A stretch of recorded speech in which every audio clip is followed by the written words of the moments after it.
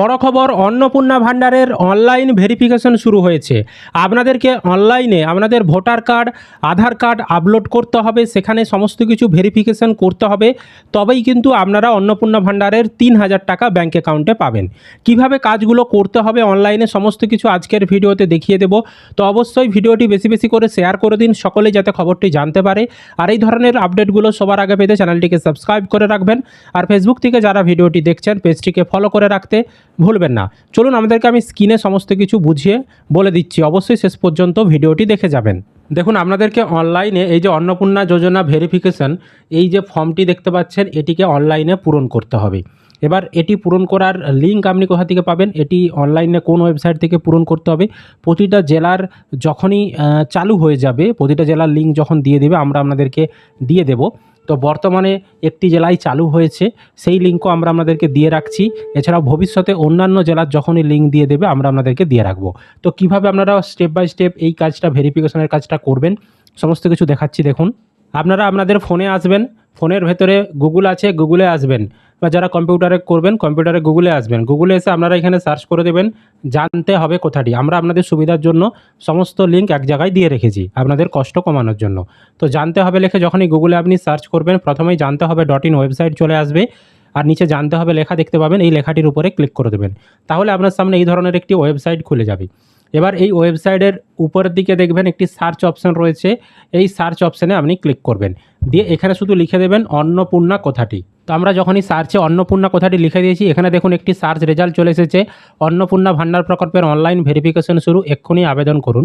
এই লেখাটির উপরে আপনি ক্লিক করে দেবেন। এখানে ক্লিক করলেই আপনারা এই আর্টিকেলের ভেতরে প্রবেশ করে যাবেন। এখানে কিন্তু আপনারা সমস্ত তথ্য দেখে নিতে পারবেন, কিভাবে করতে হবে তার প্রসেস দেখতে পাবেন। এছাড়াও এইখানে যখনই সমস্ত জেলার লিঙ্ক দিয়ে দেবে আমরা এক এক করে এখানে লিঙ্কগুলো দিতে থাকবো। এখানে দেখতে পাচ্ছেন জেলার নাম, তার পাশে ক্লিক হেয়ার অপশান রয়েছে, এখানে কিন্তু আমরা লিঙ্ক দিতে থাকবো যখনই সমস্ত জেলার ধাপে ধাপে দেবে। তো বর্তমানে উত্তর 24 পরগনা জেলার একটি লিঙ্ক দিয়েছে, কিভাবে কাজ করবে দেখুন। আমরা এই ক্লিক হেয়ার অপশানে ক্লিক করে দিলাম। আপনার সামনে ঠিক এই ধরনের দেখবেন একটি পেজ খুলে যাবে। এখানে দেখতে পাচ্ছেন লেখা রয়েছে অন্নপূর্ণা যোজনা ভেরিফিকেশন, আর initiative by north 24 Parganas district administration লেখা রয়েছে।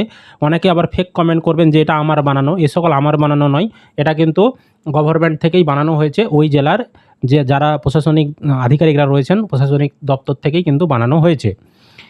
তো অনেক সময় সার্ভার সমস্যা থাকলে এই লিঙ্কগুলো খুলতে একটু সময় লাগবে, কারণ অনেকেই তো চেষ্টা করছে, সেই কারণে কিন্তু আপনাদেরকে চেষ্টা করতে হবে, বলে দিলাম।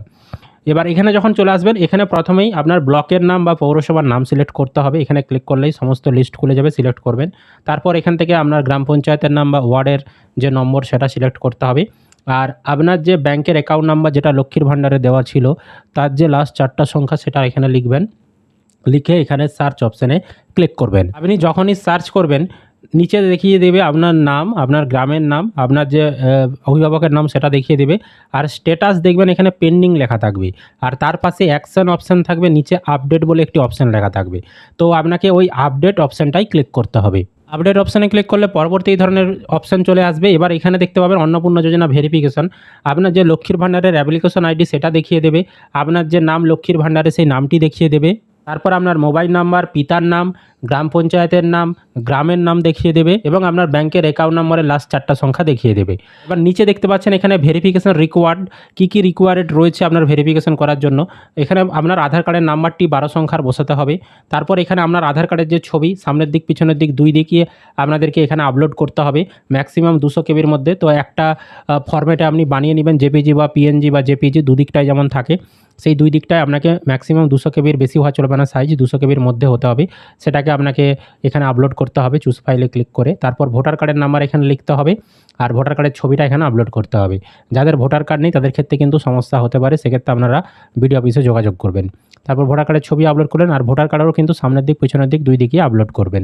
তারপর নিচে রয়েছে এই অ্যাকাউন্ট আধারের সঙ্গে লিঙ্ক করা হয়েছে কি, যদি আধারের সঙ্গে লিঙ্ক করা থাকে হ্যাঁ করবেন, ইয়েস, নইলে নো সিলেক্ট করবেন। তারপর বলেছে আপনি কি ট্রাইব্যুনালে আবেদন করেছেন, এসআইআর ট্রাইব্যুনালে অথবা সিএ এর জন্য কি আবেদন করেছেন, যদি আবেদন করে থাকেন ইয়েস করবেন, নইলে নো অপশানে ক্লিক করবেন। তারপর এখানে এই যে চেকবক্স রয়েছে এখানে আপনি ঠিক চিহ্ন দেবেন আর নিচে সাবমিট ভেরিফিকেশন এই অপশানটাই ক্লিক করে দেবেন। তাহলে কিন্তু আপনার অন্নপূর্ণা ভাণ্ডারের যে ভেরিফিকেশন সেটা করা হয়ে গেল। এবার পরবর্তী সময়ে অন্নপূর্ণা ভাণ্ডারের টাকা 1 জুন থেকে যখন দেবে আপনি কিন্তু ব্যাঙ্ক অ্যাকাউন্টে পেয়ে যাবেন। এবার এখানে একটা বিষয় বোঝার রয়েছে, এখনও অন্যান্য জেলার চালু কেন করেনি, অন্যান্য জেলার চালু নাও করতে পারে। এই কাজগুলো হয়তো প্রশাসন থেকে বিডিও অফিসের যারা স্টাফ রয়েছে বা পঞ্চায়েতের যারা স্টাফ রয়েছে তারা নিজেরাও হয়তো করে নিতে পারে। এবার হয়তো যদি আপনার লক্ষ্মীর ভাণ্ডারে কোনো কাগজ যদি না জমা দিয়ে থাকেন, আপনি ভোটার কার্ড বা আধার কার্ড কোনো কাগজ যদি সেখানে না থাকে, কোনো যদি সমস্যা থাকে, সেক্ষেত্রে হয়তো আপনাকে পঞ্চায়েত বা বিডিও অফিস থেকে ডাকা হতে পারে। সেক্ষেত্রে আপনাকে ডকুমেন্টস নিয়ে জমা করতে হতে পারে। সুতরাং যে সকল জেলায় চালু করেনি চিন্তা করার কিছু নেই, ভবিষ্যতে যদি চালু করে আমরা আপনাদেরকে লিঙ্ক ওখানে দিয়ে রাখবো। আর যদি চালু নাও করে সেক্ষেত্রে বুঝে নেবেন আপনাদের যে সমস্ত কাজ সেটা কিন্তু অফিসের যারা স্টাফ তারা কিন্তু করে দিয়েছে। বুঝতে পেরেছি? আর যদি আপনার জেলায় চালু করে সেক্ষেত্রে আপনাদেরকে কিন্তু অনলাইনে এইভাবে ভেরিফিকেশনটা করে ফেলতে হবে।